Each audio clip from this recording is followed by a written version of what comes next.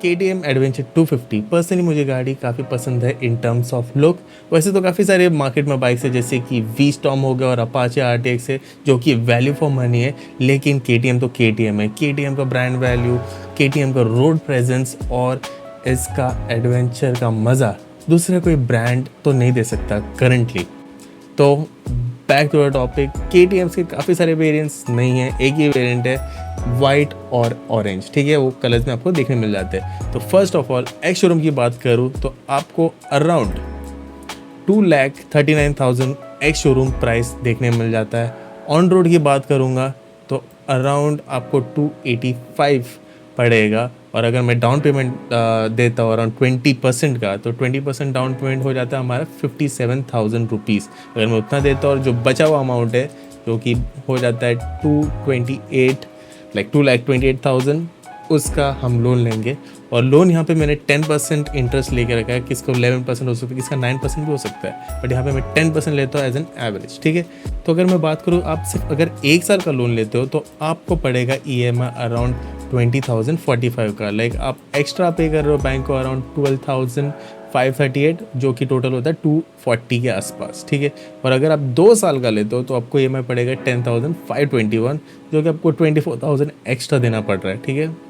Price कम भी हो रहा है बट इंटरेस्ट बढ़ भी रहा है। एंड थर्ड ईयर की बात करूँ तो 7,357 रुपीज़ आपका EMI पड़ जाता है विथ एंड इंटरेस्ट आपको जो पड़ रहा है वो है 36,849 रुपीज़। लेकिन EMI पे ही ख़त्म नहीं होता, बाइक है, बाइक तो आप चलाओगे, एवरी मंथ उसका कुछ कॉस्ट होगा, तो हम सिर्फ EMI का कॉस्ट नहीं लेंगे, उसके साथ फ्यूल और सर्विस कॉस्ट भी ऐड ऑन करेंगे। तो फर्स्ट ऑफ ऑल यहाँ पे अगर मैं फ्यूल और सर्विस कॉस्ट की बात करूँ तो पहले तो मैं माइलेज की बात करूँगा। माइलेज आता है यहाँ पे 35, हाईवे पे 40 तक भी आता है, but I will take 35 for now. Fuel price की बात करूँ मुंबई में 106 है, आपके यहाँ पे थोड़ा कम ज़्यादा हो सकता है। मंथली रनिंग कॉस्ट 500 किलोमीटर में यहाँ पे ले रहा हो कि आप उतना तो एटलीस्ट चलाओगे। फ्यूल कॉस्ट मंथली आपको पड़ जाएगा अराउंड 1,500 रुपीज़, राइट।